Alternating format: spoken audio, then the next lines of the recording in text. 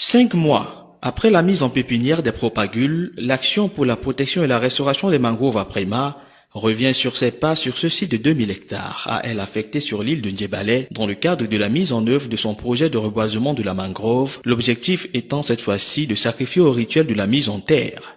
Nous sommes revenus après la date du 18 mars qui était la mise en pépinière. Nous sommes venus et effectivement mettre les plants en sol. Nous sommes venus pour planter les palétuviers, les jeunes palétuviers qu'on peut communément appeler les sauvageons, que nous allons mettre dans le sol et afin de les permettre un bon développement, afin de recouvrir cette zone qui était d'antan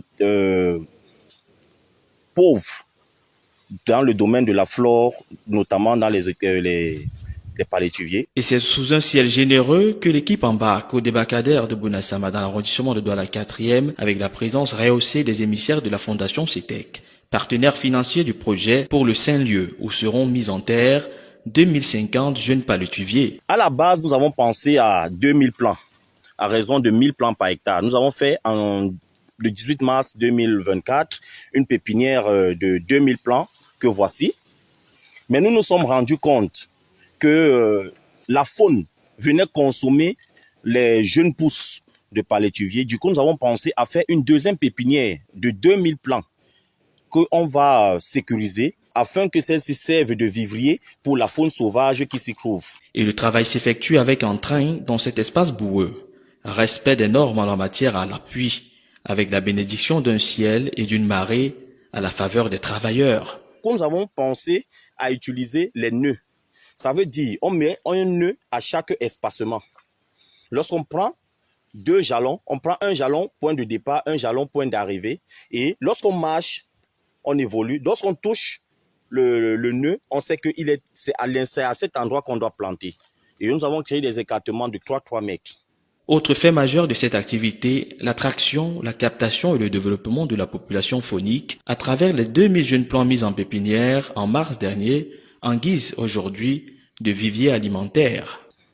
Une refloraison perpétuelle, on peut le démontrer par ce plan qui avait autrefois perdu ses jeunes pousses, mais qui est en train d'entraîner son processus de refloraison.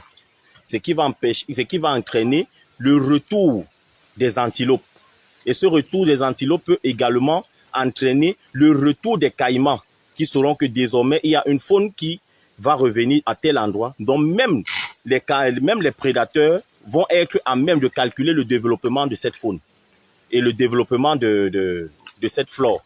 Donc c'est un travail, comme on peut dire, inédit, parce que c'est un travail qui n'a jamais été expérimenté, mais nous avons pensé à le faire pour faire développer l'écosystème de cet espace de mangrove. Tout se passe sous le regard et l'appréciation améliorative des émissaires de la Fondation CETEC qui, donnant satisfecit aux choses vues et entendues, charrie de grandes espérances quant à l'accomplissement du bel ouvrage promu par Aprema.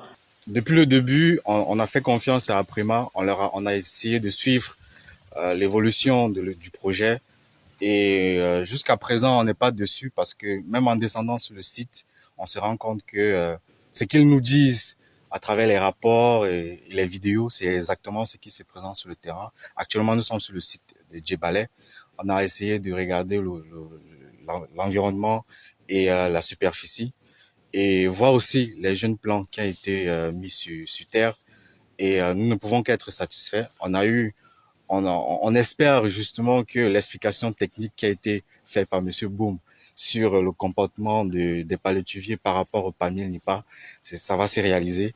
C'est pour ça qu'on est dans un partenariat sur du long terme. Il est donc naturel que l'œuvre plaise et draine tout ami de la nature. L'intérêt de l'œuvre et la qualité des ouvrages effectués a permis aux populations riveraines de prendre conscience de la nécessité de faire abstraction de la coupe du bois, du mangrove. Attention, la chefferie veille bien au grain. Et la population est d'accord par rapport à leur effet et nous avons pris toutes les précautions d'interdire que les gens ne puissent pas couper. Et je veille à ça, nuit et jour. Mis en terre sur cet espace en leur faveur, les jeunes palétuviers devront reprendre droit de cité au profit de l'homme, mais aussi de la faune.